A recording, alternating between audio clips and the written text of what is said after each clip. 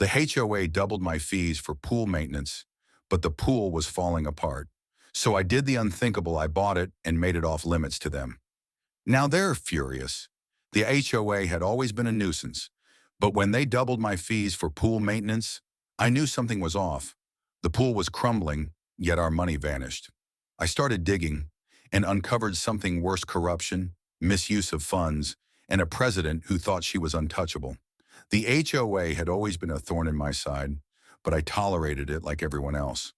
That was until they arbitrarily raised my fees, citing community maintenance and pool upkeep as the reason.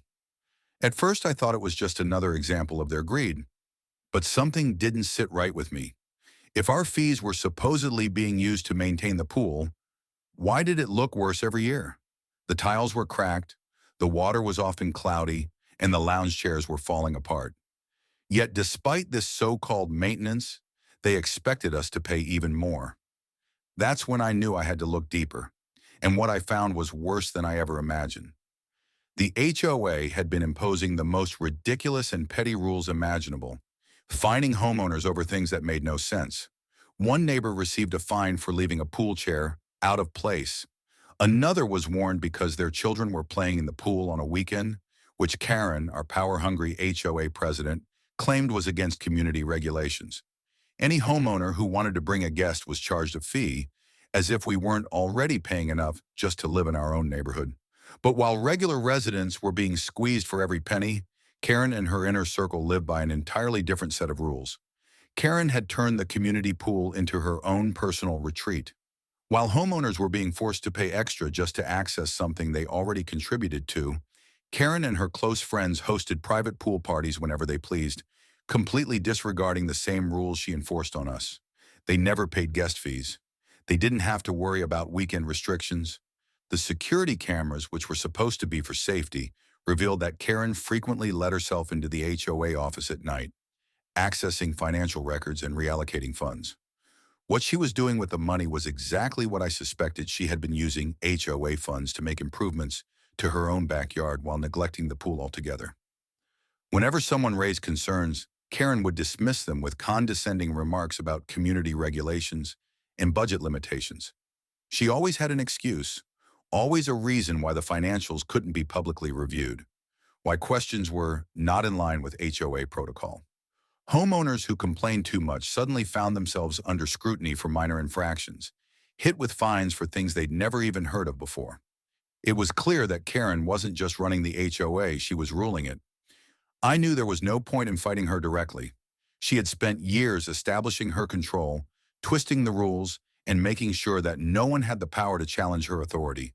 But what she didn't realize was that while she was busy making everyone's lives miserable, I had been quietly working on something of my own. She thought she could get away with her schemes, but she never expected that someone like me would be willing to play the long game. I had already set my plan in motion, and by the time she realized what was happening, it would be far too late.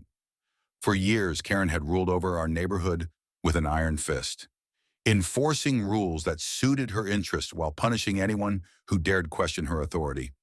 She had created a system where the homeowners were nothing more than cash cows, forced to pay for a pool that was falling apart while she and her inner circle enjoyed it for free.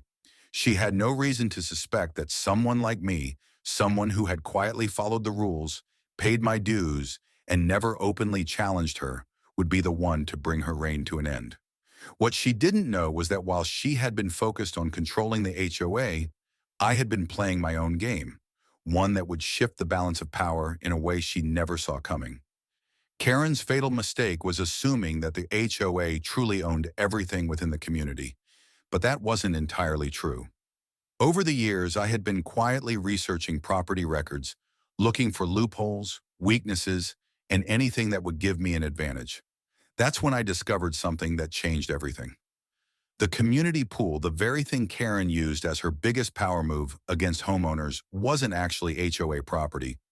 It had originally been built by the neighborhood's developer, who, due to illegal oversight, had never transferred ownership to the HOA. The land beneath the pool was still privately owned, meaning it could be bought. And that's exactly what I did. Through a business entity I had set up for my investments, I reached out to the original developer, who, as it turned out, despised the HOA as much as I did. He had long since moved on to other projects and had no interest in dealing with their endless demands. When I made an offer to buy the land, he accepted without hesitation. With one simple transaction, I became the legal owner of the community pool, and the best part? Karen had absolutely no idea. I waited until the HOA announced yet another round of maintenance fees, increasing homeowner costs once again to cover necessary repairs. It was the same story every time: charge more, do nothing, and expect everyone to comply. But this time, things didn't go as planned. The morning after the fee increase was finalized, the entire neighborhood woke up to a brand new sign at the pool entrance. The pool was now officially off limits to everyone in the HOA, including Karen. Panic spread through the community like wildfire. Homeowners, confused and angry, demanded answers. Karen, furious and humiliated, stormed to my front door, barely able to contain her outrage. "You can't do this," she screamed. "The pool belongs to the community. You have no right." That's when I pulled out the official property deed, signed and sealed, proving that I was now the sole owner of the pool and the land beneath it. "Actually, Karen," I said, my voice calm as I watched the color drain from her face, "I can." And I did. The realization hit her all at once. For years, she had used the pool as a weapon, controlling who could use it, fining families for minor infractions, and pocketing extra fees under the guise of maintenance. But now the one thing she had used to manipulate homeowners was completely out of her control. She had been so focused on making money from us that she never imagined someone might turn the tables. The HOA board scrambled, trying to find a legal way to overturn my ownership, but there was nothing they could do. The purchase had been completely legitimate, and if they wanted to keep using the pool, they had only one option left: they would have to pay me. "You want to charge me extra fees?" I asked, smirking as I watched Karen struggle to find the words. "Fine, but now you have to pay me if you ever want to use the pool again." Karen was completely unprepared for the backlash that followed. The moment homeowners realized they had been paying inflated fees for a pool they could no longer use, outrage spread like wildfire. People who had once stayed silent, afraid of her retaliation, were now demanding answers. Karen, in a desperate attempt to regain control, called an emergency HOA meeting, claiming that my actions were a violation of community agreements. She sent emails filled with legal jargon, warning residents that my purchase was illegitimate and that the HOA would be taking immediate action. But what she failed to understand was that I had planned for this. I walked into that meeting with a stack of official property deeds, financial records, and undeniable proof of her corruption. The moment I entered, Karen tried to silence me, rambling about HOA regulations. But I simply held up the deed to the pool's land and placed it on the table for everyone to see. A hush fell over the room. Every single board member, every homeowner present, now had to face the truth: the HOA never actually owned the pool. The gasps and murmurs grew as I continued, revealing that Karen had been pocketing funds, using community money to renovate her backyard instead of fixing the pool, and hosting private pool parties while charging residents to use their own supposed amenities. The real bombshell, though, was when I pulled up video footage from the security cameras, showing Karen sneaking into HOA funds, signing off unauthorized expenses, and misusing thousands of dollars meant for the community. The reaction was instant. Homeowners turned on her, demanding explanations. People who had once blindly supported her were now furious, realizing they had been manipulated and overcharged for years. "So we've been paying for nothing?" one neighbor shouted.